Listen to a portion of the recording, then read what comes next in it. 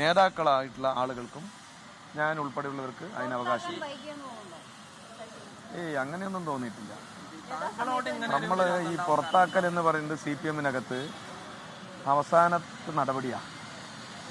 അപ്പോൾ അതിനിടയിൽ ആരെയും വിവിധ തരത്തിലുള്ള നടപടികൾ സ്വീകരിക്കും, ആ തെറ്റിൻ്റെ ഗ്രാവിറ്റി അനുസരിച്ച്. അപ്പോൾ അങ്ങനെ ചില സമയത്ത് ശാസന കൊടുക്കും, ചിലവിടെ താക്കീത് കൊടുക്കും, പിന്നീട് ചിലപ്പോൾ സസ്പെൻഷനിലാക്കും. ഏറ്റവും അവസാനത്തെ നടപടിയാണ് പുറത്താക്കൽ. CPM-നകത്ത് എടുക്കുന്ന നടപടികളെല്ലാം ഓരോ സഖാക്കളെയും തെറ്റ് തിരുത്തി തിരിച്ചു കൊണ്ടുവരാനാണ്. കുറച്ചുകൂടി തിളക്കമാർന്ന വ്യക്തിജീവിതവും പൊതുജീവിതവും പൊതുസമൂഹത്തിൽ ഉയർത്തിപ്പിടിക്കാനാണ് ഈ തിരുത്തലുകൾക്കെല്ലാം ഓരോ ഘട്ടത്തിലും വിധേയമാകുന്നത്. അത് കുറ്റങ്ങളും കുറവുകളെല്ലാം എല്ലാവർക്കും ഉണ്ടാവും. നിസ്സാര ആരോപണങ്ങളല്ല. ഒരു ജില്ലാ സെക്രട്ടറിയാണ് സ്പിരിറ്റ് കച്ചവടക്കാരൻ എന്ന് പറയുന്നത്. നിങ്ങളത് ഞാൻ ഇന്നലെ പറഞ്ഞു കഴിഞ്ഞല്ലോ. ഇനി ഏഷ്യാനെറ്റിന് വീണ്ടും ചോദിച്ച് വീണ്ടും അത് തന്നെ പറയേണ്ട കാര്യമുണ്ടോ? ഏഷ്യാനെറ്റുകാർക്ക് ഇതിങ്ങനെ സ്പിരിറ്റ് എന്ന് പറഞ്ഞ് പറയട്ടെ. ഞാൻ പറഞ്ഞോട്ടെ. ഇന്നലെ നിങ്ങളുടെ ചാനലും എൻ്റെ മുമ്പിൽ ഉണ്ടായിരുന്നു. സുരേഷ് ബാബു മാധ്യമങ്ങളോട് സംസാരിക്കുകയായിരുന്നു. PKSSക്കെതിരെ നിയമ നടപടി ആലോചിക്കുന്ന കാര്യം ആലോചിക്കുന്നതാണ് സുരേഷ് ബാബു പറഞ്ഞത്. നേരത്തെ മാധ്യമപ്രവർത്തകർ ചോദിച്ചതുപോലെ കടുത്ത ആരോപണമാണ് PKSS ഇന്നലെ ഒരു പൊതുവേദിയിൽ സുരേഷ് ബാബുവിനെതിരെ ഉന്നയിച്ചത്. CPM-ന്റെ ഒരു ജില്ലാ സെക്രട്ടറി സ്പിരിറ്റ് കച്ചവടക്കാരനാണ് എന്ന ആരോപണമാണ് ഉന്നയിച്ചത്. അപ്പോൾ അതേക്കുറിച്ചാണ് ചെറിയ ഒരു തന്മാത്രൻ്റെ വലിപ്പത്തിൽ പോലും എന്നെ അത് ബാധിക്കില്ല. അതാണ് എൻ്റെ പൊതുജീവിതവും എൻ്റെ വ്യക്തിജീവിതവും.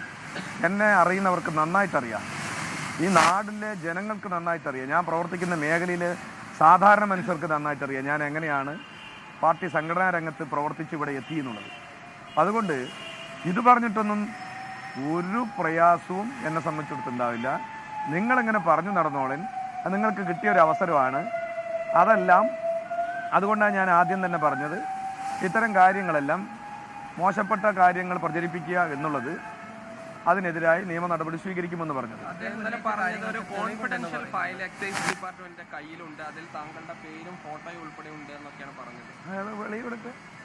അയാള് വെളിയിടട്ടെ എന്ന് നിങ്ങള് അത് ഞാൻ ചോദിക്കട്ടെ. അല്ല അതെ, അയ്യോ അത് ഇന്ന് തന്നെ വിടാൻ പറയുന്നത്. മാധ്യമങ്ങൾ ഇപ്പോൾ പോയി അയാളോട് ആ തെളിവൊന്ന് വിടാൻ പറയണം. അതല്ലേ അന്തസ്സുള്ള ആരോപണം ഉന്നയിച്ച ആളുകൾക്ക് ആ ആരോപണത്തിൻ്റെ വസ്തുതകൾ പുറത്തുവിടാൻ സാധിക്കണം. അല്ലാണ്ട് വെറുതെ ആരോപണം ആകാശത്ത് നിർത്തുകയല്ല വേണ്ടത്. ആ ആരോപണം തെളിയിക്കപ്പെടുന്ന തെളിവുകൾ പുറത്തുവിടട്ടെ. പിന്നെ കോൺഫിഡൻഷ്യൽ ഫയലുണ്ട്, ആയിക്കോട്ടെ, ഞാനിതുവരെ അറിഞ്ഞിട്ടില്ല. അപ്പോൾ അങ്ങനെ ഒരു ഫയൽ ഉണ്ടെങ്കിൽ അതുകൂടി പുറത്തു വരട്ടെ. അതിലെന്താ പേടി? പ്രചരിപ്പിക്കുന്നത് മാധ്യമങ്ങളല്ല. ഒരു കാലത്ത് താങ്കളുടെ ഒപ്പം പ്രവർത്തിക്കുന്ന ഒരാളാണ്, CPM-ന്റെ മുൻ ജില്ലാ സെക്രട്ടറി അംഗമായിരുന്നു, മുതിർന്ന നേതാവാണ്. ആവട്ടെ, മാധ്യമങ്ങൾ പ്രചരിപ്പിക്കുക, അത് ഏറ്റുപിടിക്കുകയാണെന്ന് ഞാൻ പറഞ്ഞുള്ളൂ. മാധ്യമങ്ങൾ, നിങ്ങളെപ്പോലുള്ള മാധ്യമങ്ങൾക്ക് ഇങ്ങനത്തെ കാര്യം കിട്ടുമ്പോൾ കുറച്ചുകൂടി ഉഷാറാവും. അത് ഏറ്റുപിടിക്കണമെന്നേ ഉള്ളൂ. പിന്നെ പാർട്ടിക്കകത്ത് ഒരു നടപടി നേരിട്ട ആൾ എന്തും വിളിച്ചു പറയുന്ന രൂപത്തിലേക്ക് എത്തിയാൽ എല്ലാത്തിനും മറുപടി പറയേണ്ട ബാധ്യത പാർട്ടി ജില്ലാ സെക്രട്ടറി എന്ന നിലയ്ക്കില്ല എനിക്ക്. അതിനെല്ലാം വളരെ കൃത്യമായി ജനങ്ങൾ മറുപടി കൊടുക്കും. അതാണ് അതിന്റെ ശരി. അല്ലാതെ നേതാക്കൾ പലരും ശശിയെ സ്വാഭാവികമായിട്ട് അത്തരത്തിലുള്ള വിമർശനങ്ങളുണ്ടാണ്. അതിനിടയിൽ ഇന്ന് ഏരിയ സെക്രട്ടറി, അതായത് മണ്ണാർക്കാട് ഏരിയ സെക്രട്ടറിയുടെ ഭാഗത്തു നിന്നുണ്ടായ ഒരു പരാമർശം, ഇനി ഏരിയ കമ്മിറ്റി ഓഫീസിലേക്ക് തറവാട്ടിൽ പറഞ്ഞ സ്ത്രീകൾക്ക് വരാമെന്നാണ്. ഇത്ര നാളെ അത് കഴിയില്ലായിരുന്നു എന്നുള്ള രീതിയിലൊക്കെ ഉള്ളൊരു പ്രസ്താവന ഉണ്ടായത്. അപ്പോൾ അങ്ങനെ വിമർശിക്കുമ്പോൾ പോലും ആ ഭാഷകൾ ശ്രദ്ധിക്കണമെന്ന് തോന്നാറുണ്ട്.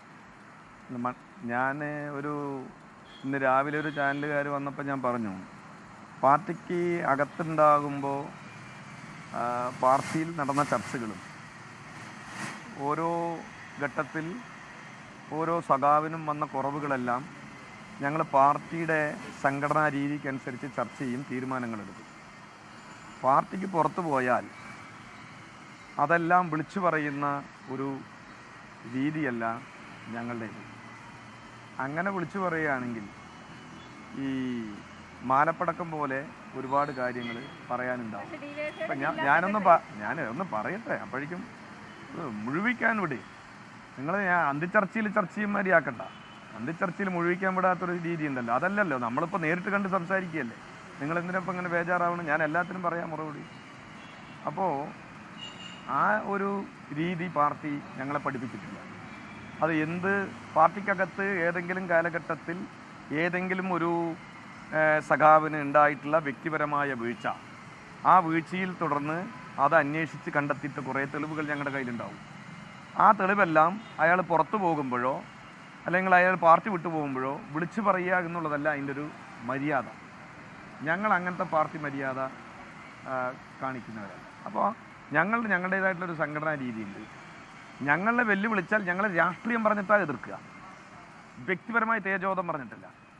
ഞങ്ങളെ എതിർക്കുന്ന ഓരോ വ്യക്തികളെയും ഓരോ രാഷ്ട്രീയത്തെയും ഞങ്ങളുടെ ഇടതുപക്ഷത്തിൻ്റെ ബദൽ രാഷ്ട്രീയം കൊണ്ടാണ് ഞങ്ങൾ എതിർക്കുക. അല്ലാതെ അയാളെ വ്യക്തിപരമായി മോശപ്പെടുത്തിയിട്ടോ അയാളെ താറടിച്ചു കാണിച്ചിട്ടോ അല്ല. അതിൻ്റെ ആവശ്യമില്ല. അങ്ങനെയാണെങ്കിൽ ഞാൻ പറഞ്ഞല്ലോ, അങ്ങനെയാണെങ്കിൽ ഒരുപാട് മാനപ്പടക്കം പോലുള്ള കാര്യങ്ങൾ പറയാൻ ഞങ്ങൾ കയറി ഉണ്ടാവില്ലേ?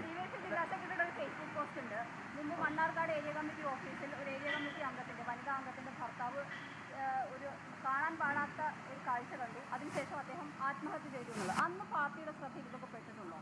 അല്ലാതെ അയാളോട് ചോദിക്കണം. അയാളുടെ ഫേസ്ബുക്ക് പോസ്റ്റ് DYFIയുടെ ജില്ലാ സെക്രട്ടറിയോടല്ലേ ചോദിക്കുന്നത്. കാരണം അവരെല്ലാം മണ്ണാർക്കാട്ടിലെ ആളുകളായതുകൊണ്ട് അവർക്ക് കുറച്ചുകൂടി കുറേ അനുഭവങ്ങളുണ്ടാകും. അതൊന്നും എൻ്റെ ശ്രദ്ധയിൽപ്പെട്ട കാര്യങ്ങളല്ല, മനസ്സിലായില്ലേ?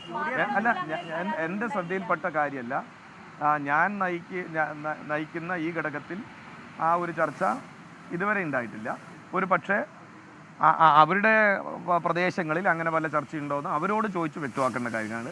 ജില്ലാ സെക്രട്ടറിക്ക് അതിൽ മറുപടി പറയേണ്ടത്. അതിന് ഞാൻ ഇന്നലെ പറഞ്ഞല്ലോ, UDFൻ്റെ നേതാക്കളിന് ശശിയുടെ തീവ്രത അളന്നോട്ടെ. ഇതുവരെ മാധ്യമങ്ങൾ പ്രചരിപ്പിച്ചത് AK ബാലനും PK ശ്രീമതി ടീച്ചറും ഈ ശശിയുടെ തീവ്രത അളന്നുകൊണ്ടിരിക്കുകയാണെന്നല്ലേ. ഇനി അളക്കേണ്ടത് VD സതീശനും PK കുഞ്ഞാലിക്കുട്ടിയും അല്ലേ? ലോകത്തെവിടെയായാലും ഏത് സമയത്തും 24 വാർത്തകളും ഓഗ്മെന്റഡ് റിയാലിറ്റി പാക്കേജുകളും എക്സ്പ്ലെയിനറുകളും വിശദമായി കാണാൻ ഞങ്ങളുടെ YouTube ചാനൽ നിങ്ങൾക്ക് സബ്സ്ക്രൈബ് ചെയ്യാം.